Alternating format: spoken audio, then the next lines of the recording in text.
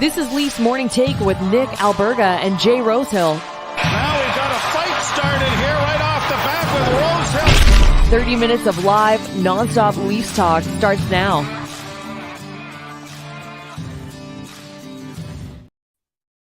Surprisingly, I made it here in one piece. Welcome to Music City, presented by Botano. It's the Tuesday edition of Leafs Morning Take. Nick Alberga with you.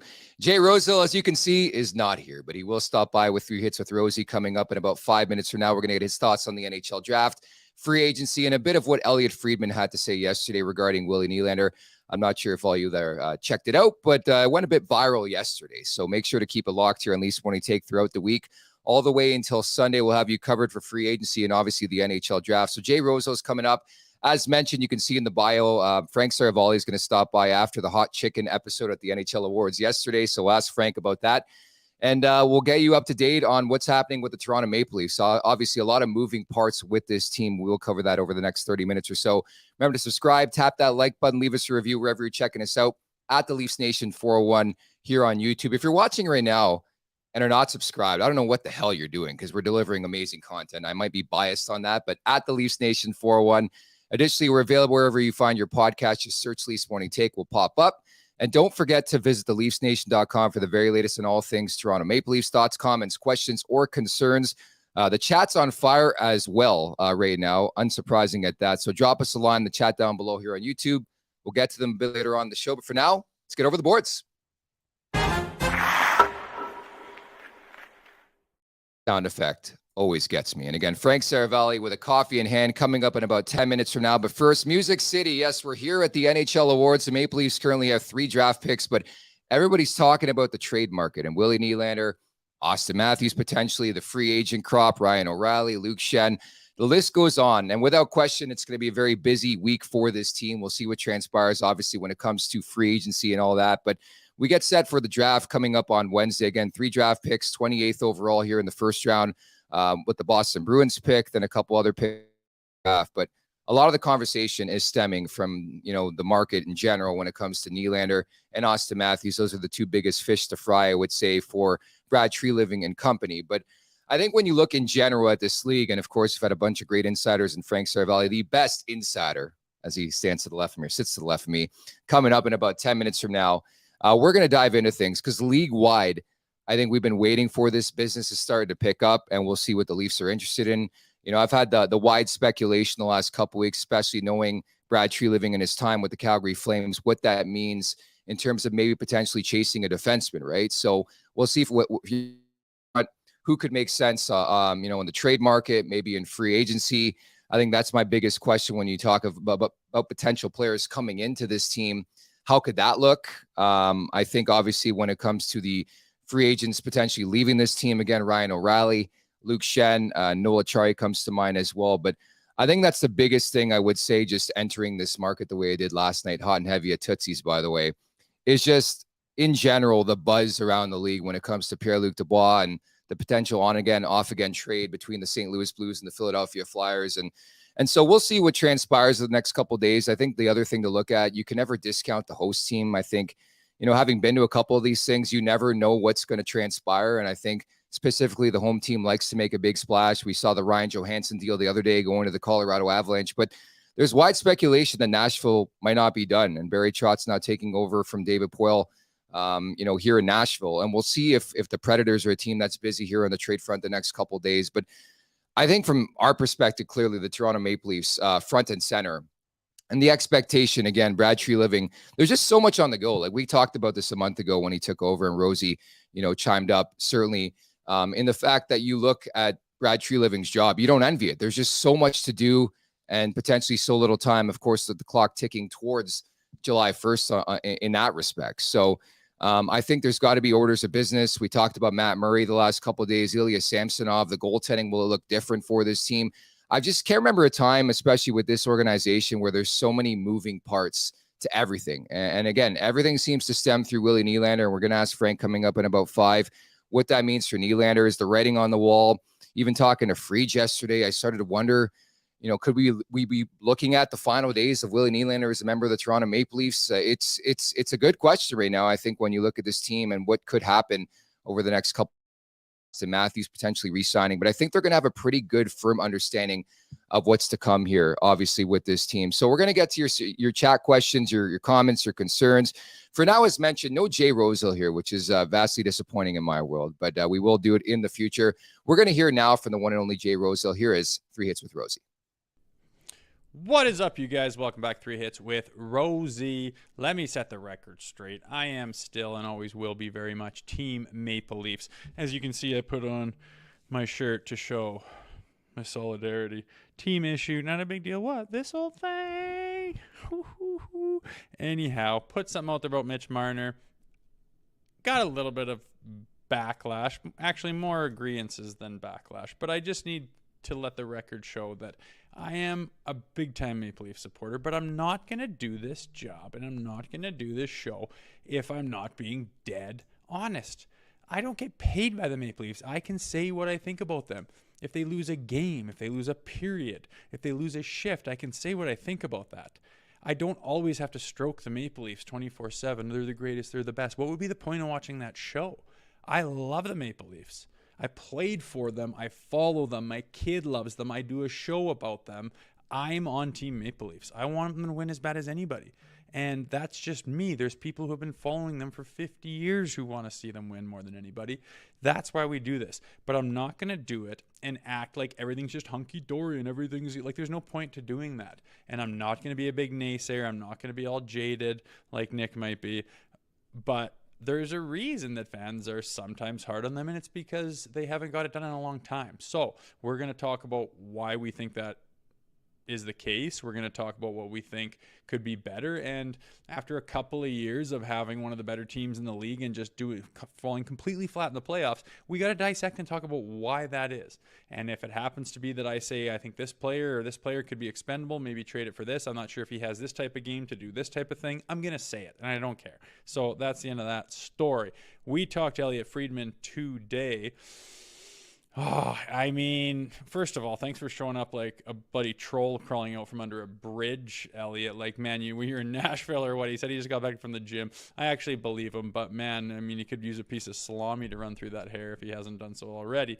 We talked to him, and he seems to think the Nylander deal is kind of the one that's up in the air right now. It could go, it isn't. They're not necessarily close, but they're talking, and not really a done deal. He thinks that he's not worried about the Matthews deal. He thinks it's going to get wrapped up, and he didn't touch on too much else. Didn't touch Mitch Marner, which understandably I don't think Mitch Marner is going anywhere. And like, come on, Mitchie, baby. I'm Team Mitchie. Let's see, do your best. But I think that I said what I said, and I want to see him play with a little more jam, a little bit more FU this season. There's nothing wrong with that.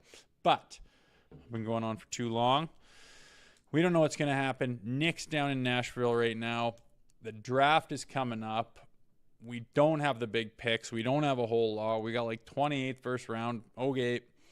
Do we move it? Do we do something? What's Treliving going to do? What is his first move as GM going to be? We're waiting with bated breath, but I called Nick trying to bullshit a little bit about this thing, and it's just like, he's just downtown, just giving her. He's going to look like Friedman in the morning.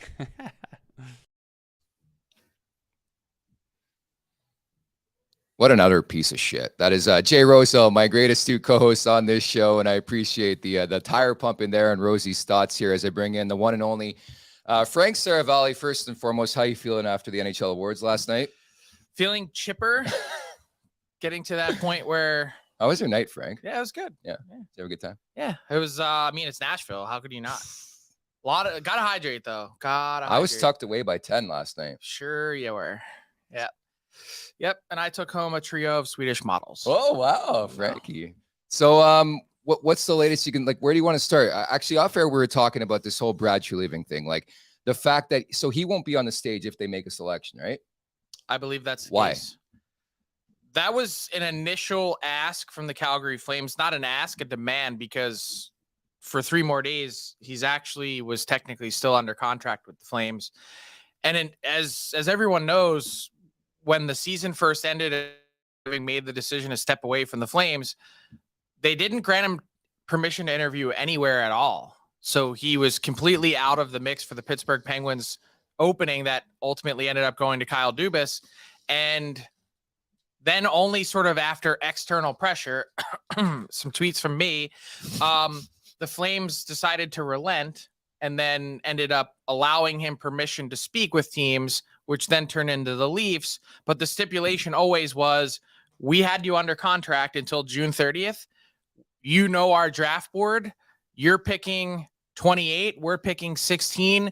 We don't want to be in a spot where you're wielding the knowledge that we paid you to acquire for someone else's draft floor. Mm-hmm. Now, the thing is, Kyle Dubas leaves the Leafs, goes to Pittsburgh, and is armed with all of the same knowledge, yet the Leafs didn't feel the need to say to him, hey, even though you know our amateur scouting list, and I'm sure, not accusing anyone of anything, it would be the exact thing I would do. Before he left, I'm sure it was like, hey, let me download every single file that I can get my hands on so I could take that information with me when I go. So, you know, there's two different ways to look at it, as if, you know, we've got complete trust in our process and our amateur scouts, and it's just one player off the board.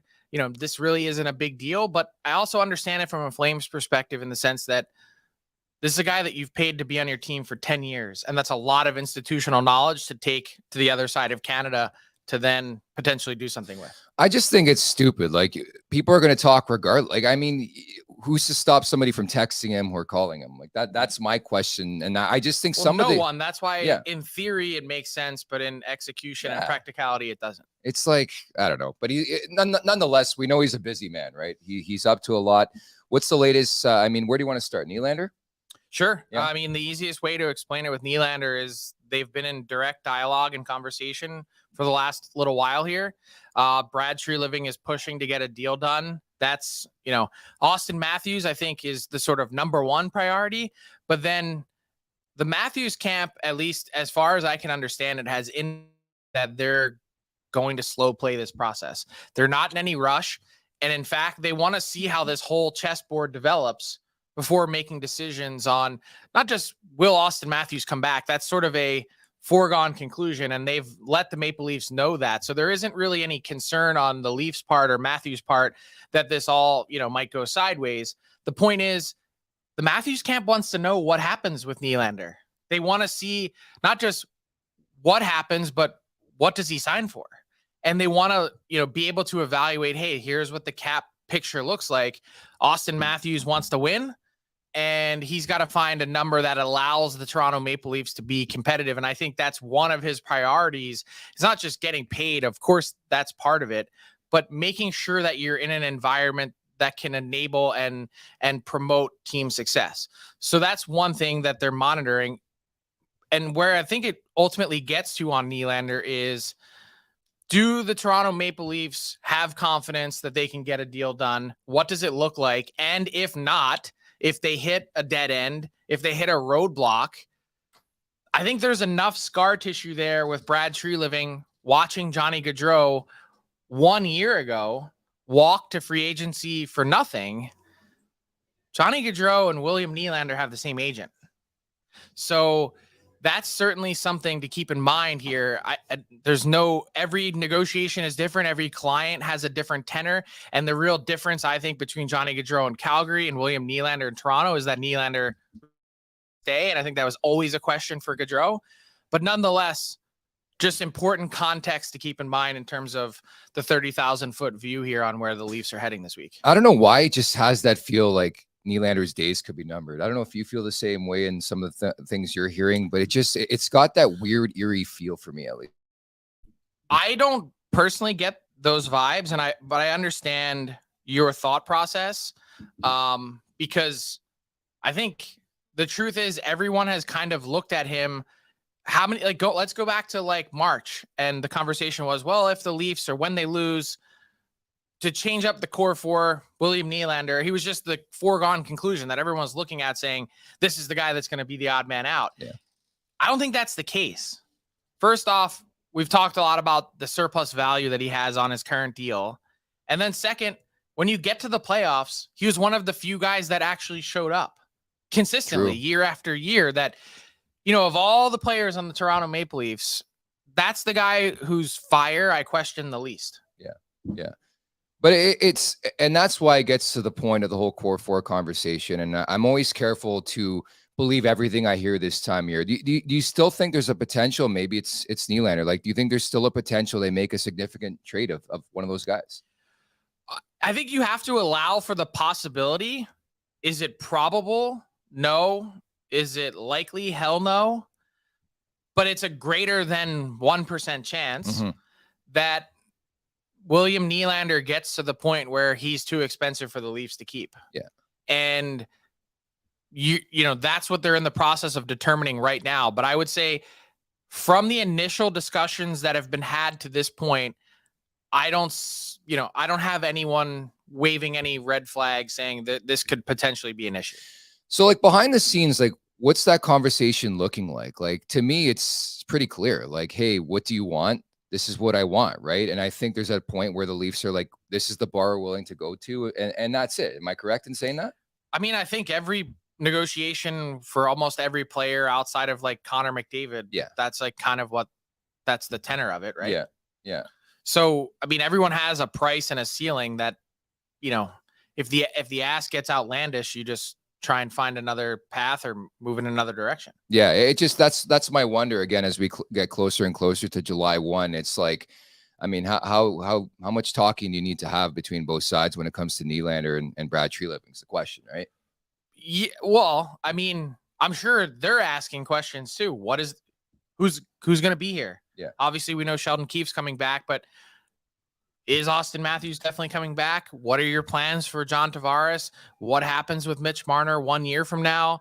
How do you envision reshaping the defense core of this team? Who's going to be in net? If I were a player signing a long-term deal, those are the types of things I'd be asking and saying, look, you don't have to show me your whole master plan, but what do you think? Like, this is a totally new outlook and view for the Toronto Maple Leafs with the change in management that's part of the reason why you're getting a little bit of a slow play from the Matthews camp, because they're saying, we need to wrap our heads around all this. We want to understand exactly where this is heading, because these are really crucial years in the careers of all these players.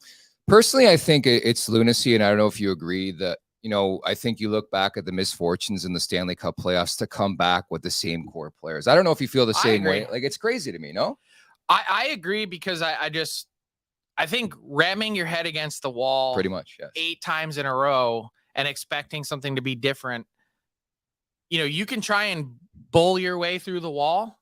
I just don't know that works. And I think there's more evidence to suggest that the alternative and changing out pieces would be appropriate. Here's the problem, is that we're also, you know, operating in a world that is difficult, in the sense that, like, look at the Leafs and where they want to get to. Like, let's say they make a decision and say, William Nylander, too expensive.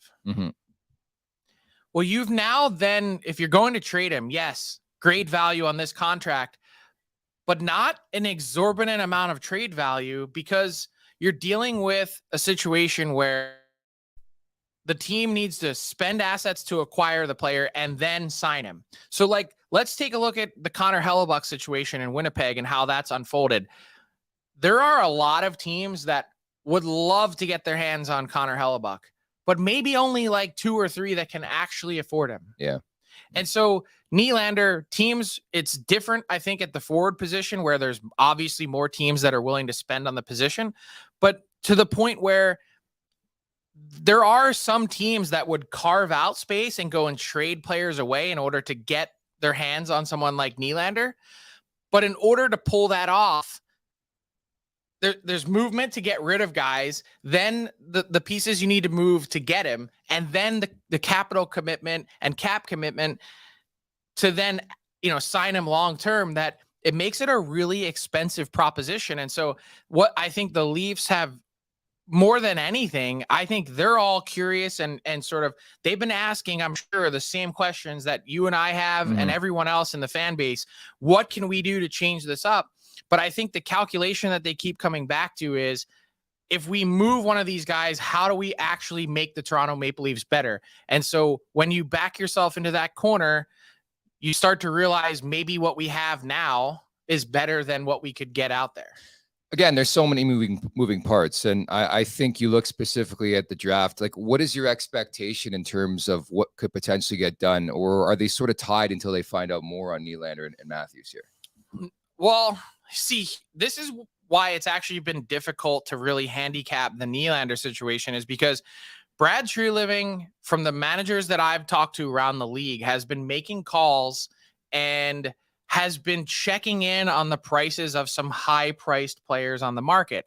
And so, my first ask is, well, if Brad Treliving is out there kicking tires, is he just looking for a price check in aisle 5? Or is he saying, look, we may have to do something here and we may have some cap space?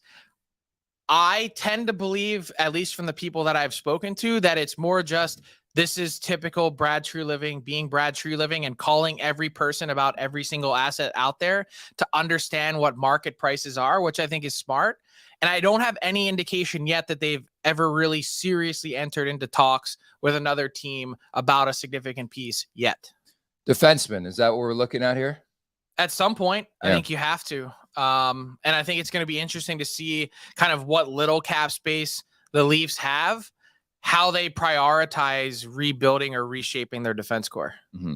Yeah, because that's a big question for me. And again, you like to draw, some parallels, especially Brad Treliving, what he did in Calgary, right? And right away, I think Calgary, I think Philadelphia. I mean, what's the likelihood something could brew here with team, let's say a Toronto and a Calgary, maybe?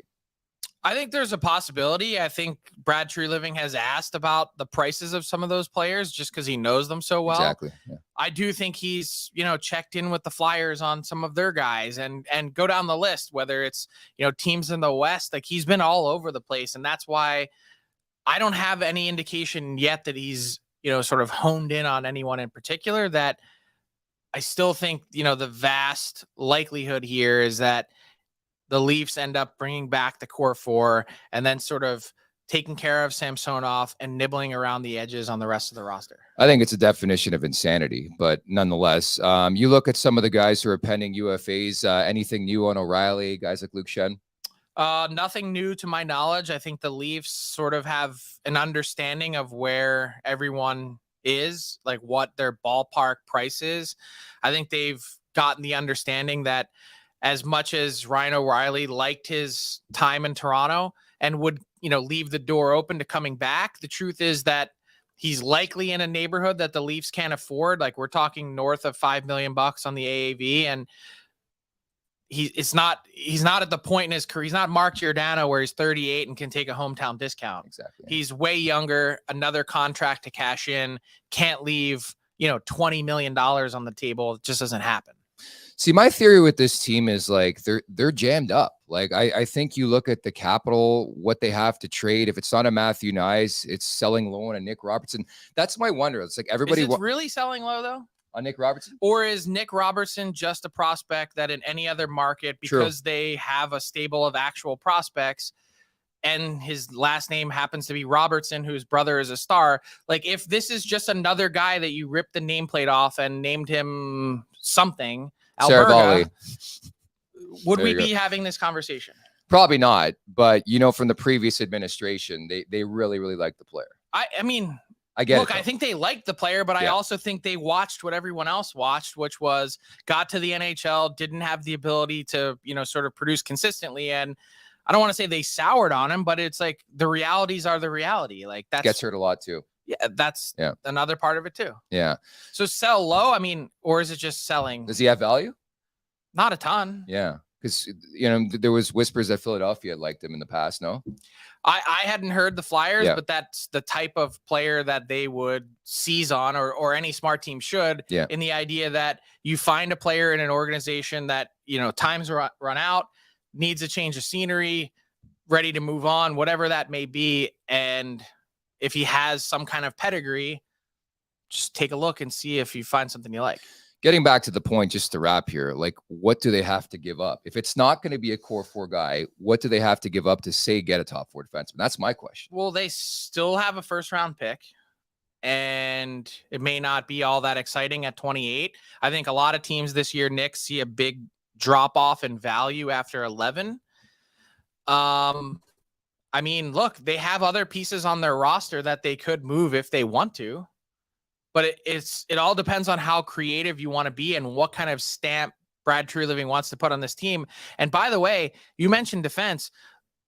Like, another way to improve this team could be in net. And not to say Samsonov didn't have a great year. He did, but he's got to go out and do it again. True. And you're making a bigger bet on him this time. What about a decent guy to play 1B and in tandem? What's wrong with Joe Wall? I mean, I guess he could. My question, and they like him. They're high on him. My point is, you know, you don't have to devote assets there, but I also think maybe not the worst idea to do that. If you can find an upgrade, for sure. And my wonder too is, like, you know, even the Aiden Hill contract, like, does that have any sort of, you know, does that have any say on what happens here with Ilya Samsonov? Because I think there gets to a point where he just wants too much money too, right? I personally don't think that's going to be an issue. Okay. I don't think he's as high a number as Aiden Hill. He doesn't have the Stanley Cup, of course. True. And more than that, like, I think there's still a little bit of a prove it factor. Samsonov RFA years that you're buying, not UFA years, and that makes a difference too. What are these events like for you? Like, how often you on your phone? Do your fingers hurt? Or I mean, you see me. I think it's just your my wife. phone during. Yeah, no. As I check my phone during the show, it's never to be rude. It's just like I'm always someone saying something about something. So whether it's on Twitter, an alert that you know, you look at the coaching staff in Ottawa, DJ Smith, they're coming back next year. That's what Pierre Dorian just said. So you're kind of just filtering, processing information. People are texting, calling. Like, how many texts are you getting, like, during a draft, or, like, you know, when something trade deadline? A couple hundred. I always wonder, man. Yeah, a couple hundred. That's why you ghost me all the time. Yeah, that's it. Okay, makes a lot of sense. Well, Frank, appreciate the. Looking forward to you breaking everything this week. Yeah, Nick, glad you're here in Nashville, and party on. Okay, I don't party. I go to bed at 10 o'clock. So there you go. Frank Seravalli, my guest here on Leafs Morning Take. The Betano wrap-up is presented by Betano.ca. The game starts now. 19 plus. Please play responsibly. And, of course, recently named the 2023 EGR Brand of the Year. Just looking at the draft here to wrap. Frank, I think you're good to go. All right. Thanks, Frank. Absolute best, Frank Seravalli. Just looking at some of the betting markets and the props that Betano put together. Fantastic stuff, folks. You can bet on the amount of goalies getting drafted here in the first round. As I mentioned on yesterday's show, Leo Carlsson, maybe number 2 to the Anaheim Ducks. There's a lot of potential in that. Obviously, it sounds like Adam Fantilli is going to go to the Ducks, but from that perspective, you just never know. And the intriguing name in terms of the first round in the top 5, 6, 7 is Matvei Michkov, who is here in person. I think it's important to stress that. Where does he end up? So I would take a look at what Betano's got offering in terms of the betting market and the props. I think it just adds some intrigue to the draft, and I have dabbled a bit in specifically Leo Carlsson, potentially number 2 to the Anaheim Ducks. Does it happen? Probably unlikely, but I think it was worth the risk here at plus money. So make sure you check things out with Betano and our good friends over at Betano. Just looking at the chat to wrap, a lot of conversation regarding what I just spoke to Frank about, obviously with, you know, respect to Willie Nylander. Tim writes in, Robertson for Jarvis. This is my favorite part of these chats here on YouTube, is the trades that people put together. Tim also writes in, get Tom Wilson. I wish it was that easy, and I believe the Capitals once again came out and said, we're not trading Tom Wilson. Maybe things change here in the next couple of days, but very, very unlikely on that front. Michael writes in, Hull should be captain. Well, he's going to be on a different team. Maybe it's the Pittsburgh Penguins. That's my fascination, too. I know we're not covering Pittsburgh, but what does Kyle Dubas do? Who does he bring in? Is it a David Kampf? Is it a Hull? Is it somebody from that roster, that Maple Leafs roster that he turned over and now with the Pittsburgh Penguins? So we're going to leave it at that. Coming up tomorrow, it is draft day, so it's going to be very exciting and a lot happening here behind the scenes. Specifically, Jay Rosehill is going to be back in the mix, so we'll get his thoughts on when he was drafted, draft day in general, the buzz. We're going to have it all covered here tomorrow on Leafs Morning Take. So thank you to everybody in the chat. You were fantastic. Again, thanks to Frank Seravalli for stopping by. Tyler Remchuk here, our intern here, Jacob, doing fantastic things as well. Producer Aaron and Jay Rosehill for another smashing rendition of 3 hits. I'm Nick Alberga, and we'll talk tomorrow. Take care.